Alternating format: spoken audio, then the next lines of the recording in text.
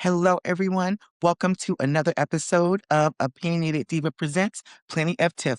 I'm your girl, Tiffany, aka Opinionated Diva.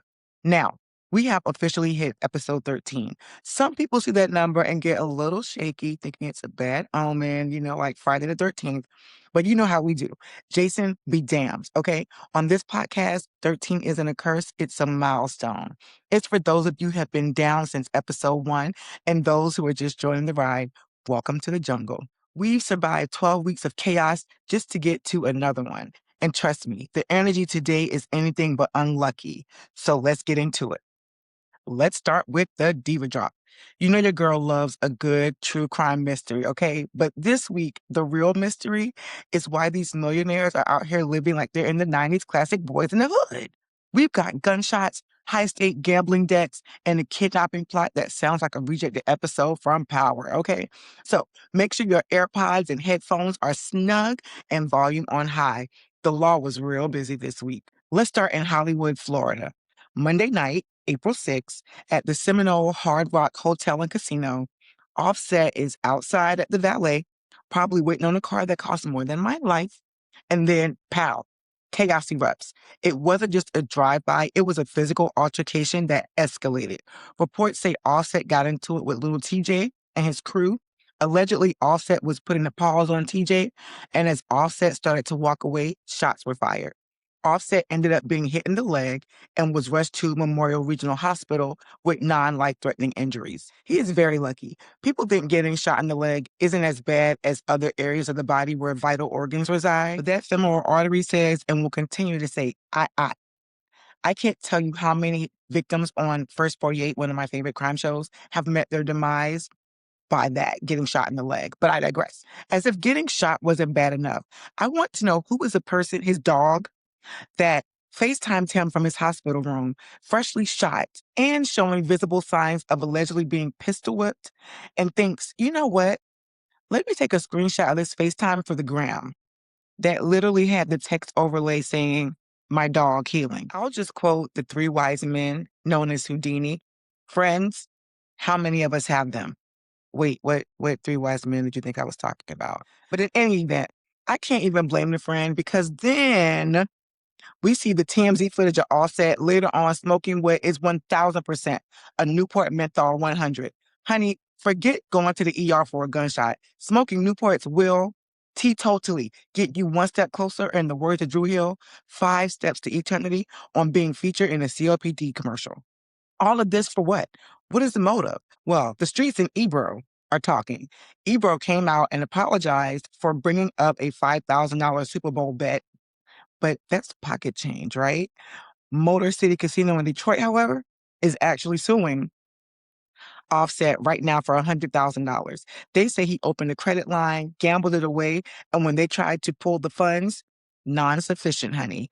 So Offset, how are you Ric Flair drip with a dry bank account? Make it make sense. And while Offset was dodging bullets, Cardi B's American Express card was dodging credit card fraud. She hopped on live this week to tell us 4 men stole her credit card. These men had the blatant audacity to spend $60K in less than an hour, $40K at Saks Fifth Avenue, and $20,000 at the Apple store. Honey, what are you buying at Apple for $20,000? Actually, don't answer that. We all know that can be done in no time. Steve Jobs is the original scammer and consider me scam for life. It's a shame. But side note, Stefan Diggs and his family were out at Cardi B's concert in DC, and they even attended her after party together. Friendly co-parents or spinning the block? Time will tell. Between the criminal activity, hanging with the baby daddy that Offset wanted to challenge paternity of, this ain't even a love triangle, honey. It's a love hexagon. And I'm bad at math, so I have nothing. Our Diva Drop this week has taken us on a little road trip of crime and drama up and down the East Coast.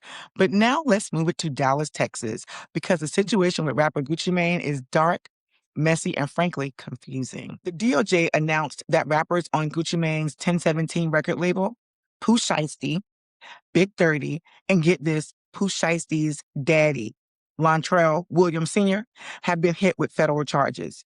They are alleging that back in January, Pooh Shiesty lured Gucci Mane to a recording studio under the guise of business, only to pull out an AK-style weapon and force Gucci to sign a release from 1017. at gunpoint. The kicker is the feds say that Pooh Shiesty's dad helped organize the whole thing and even bring the getaway car. Sir, in a perfect world, dads are helping you rent a U-Haul for college, maybe renting a tux for the prom. This man is helping rent the whip for a first-degree kidnapping. That is a family affair I will kindly decline an invitation to. But a family that crashes out together stays in the feds together, I guess. Pooh, Big 30, and Shiesty Sr., please don't come for me. I don't make the news, honey. I just report it. Moral of the story for this week's Diva Drop: pay your gambling debts, lock your Amex card, and if your dad suggests a business meeting involving an AK-47, honey, please stay at home and doom scroll. Moving on to shine, shade, or side-eye. Now, y'all know in this segment, I give my flowers when they are due, but I also keep a magnifying glass on the mess. Today, we are starting with a heavy dose of shine from the vocal Bible herself, Brandy Norwood, who received her well-deserved Hollywood Walk of Fame star last week. But while Brandy is getting her star, her new memoir, Phases, is dropping gems that has me looking at some of our R&B favorites with a major side eye. In the book, Brandy is finally talking about the man who tried to dim her light. She gets into the Wanya Morris of it all. She said she was 16 and he was 22. She called it an inappropriate age gap that left her shattered. She talks about how power imbalance, the secrecy they had to keep while working together, and the shame she spent years trying to wash away. And look, I believe Brandy. I hear her and I respect the journey that she has towards her healing. But if I'm really going to be opinionated about this, we have to talk about the layers because I have mixed feelings and I know I'm not the only one, so don't even try it. First of all, can we talk about Cyan Norwood? That is a mother, a Black mother at that, aka a nosy mother, and a momager who was deeply embedded in every single second of Brandy's career. Ain't no way she ain't know something was going on. So I'll just leave that for you to sit with. So here's the true story time. I was 15 and I had a 19-year-old boyfriend. He was a high school graduate. He worked at DuPont Chemical Plant, honey, in North Carolina. I had a low-riding car so fly you couldn't tell me I wasn't dating a millionaire. My mama knew exactly how old he was, and I wasn't allowed to technically have boyfriends, but I think after one, getting into trouble for sneaking off when I was supposed to be at the county fair, and two, also realizing I was still excelling in school, doing multiple extracurricular activities, and still hanging with my girlfriends. She didn't concede, but she was just like, okay, but when I say so, so I guess she said so. And she knew who his mother was. I mean, it almost was an identical scenario in terms of age, except make it middle class Main Street. And to this day, we are friends, albeit distant Facebook ones. But if anybody ever tried to fix their lips to say he took advantage of me, I would defend him until the end of time. Because sometimes it's about the person and not just the number on the ID. There are people who take advantage, no doubt, which is why we have statutory laws in place. And then there are people who are just living a life with someone they care about. So let's analyze this a little bit deeper. Look at the other side of the industry back then. For example, H-Town. Honey, G.I., Shazam, and Dino were out at the same time as Boys to Men, and they were younger. If I saw any one of them take a picture with Brandy, honey, I am going to be the first one to call the law. So do you think Wanye's age automatically made him predatory? Absolutely not. It's complicated for sure, but I feel like when you're in a high fame, high pressure lifestyle, you're growing up at a warp speed, both of them, Brandy and Wanya. There are dynamics at play here: fame, world experience, industry pressure that go beyond just a birth certificate. And I like that most of us who are examining this relationship can even comprehend. None of this is to diminish Brandy's experience on how she feels today. I'll just leave it with the 90s were a different world, and that the whys behind these kind of relationships are never just black and white to me. To me. I will say though, when I recently heard Wanya on a radio show explaining their relationship, saying she wasn't that young and was old enough to get it, the cringe factor was on 1,000 trillion. And I'm like, this and ja. But that only goes to prove my point. If a 52-year-old man can openly be that immature in the way they speak, imagine his ass at 22. He definitely had a Nintendo Game Boy on him at all times, even the Grammys. And don't get me started on Shine and Mace. They were on a podcast recently acting like high schoolers, locker room talking about Brandy like they never got any cut in their life. And if you don't know what cut means, your human urban dictionary known as TIFF is just giving all you 90s and 2000 nostalgia heads what you want. So look it up. The manosphere of it all just had my eyes rolling. But the part of the book that really made me do a double take is her fallout with Rodney Darkchild Jerkins. They were a magical music duo at the height of her career, but Brandy reveals the moment the magic died was in a studio session where Rodney was completely frustrated. He looked her dead in her face and said, and I quote, "Go do what you're going to do while I go sell 5 million records with Beyoncé." That was a moment Brandy knew the professional marriage was over, but it was also crazy, wild, and true because Rodney did go on to do Say My Name and Lose My Breath. And I, EYE, ain't mad because what kind of woman would I be if these songs did not exist? Aside from B, I'm sure literally saying in her head, now why am I in it? This only proves how the industry pits women against each other for no reason. Musical Earth is so ghetto sometimes, right? Speaking of the queen or king, depending on whom you ask, if you ask me both, we are approaching the 10th anniversary of Beyoncé's visual album Lemonade on April 23rd. And to celebrate, Rockabye Baby is releasing lullaby renditions of Lemonade this Friday, April 10th. Rockabye Baby is a Los Angeles-based music brand that produces instrumental lullaby renditions of popular rock, pop, hip-hop, and country artists, transforming hits into gentle, soothing music for babies and parents. Every single track from Formation to Sorry is being turned into xylophones and bells for infants, honey. Now, is this shine? I mean, it's cute. Getting the babies, and I mean B-E-Y, bees, ready for the hive before they can even crawl, I am so here for it. Or is it a side eye? I'm just trying to imagine a toddler drifting off to sleep to a lullaby version of Don't Hurt Yourself. And then when they grow up and finally hear the lyrics, like, can you imagine these babies going to be out here turning the lyrics, "Who the fuck do you think I is?" into a bedtime story. But you know what? I'm here for that too. So shine on, Rockabye Baby. Seriously, to those asking, Beyonce likely has nothing to do with this creative process. But then again, maybe she does. Rockabye Baby does get clearance on all the songs they use by obtaining the necessary licenses from publishers and songwriters to create these instrumental lullaby renditions. So maybe. But either way, this reimagined album is a tribute to the Beyoncé staying power.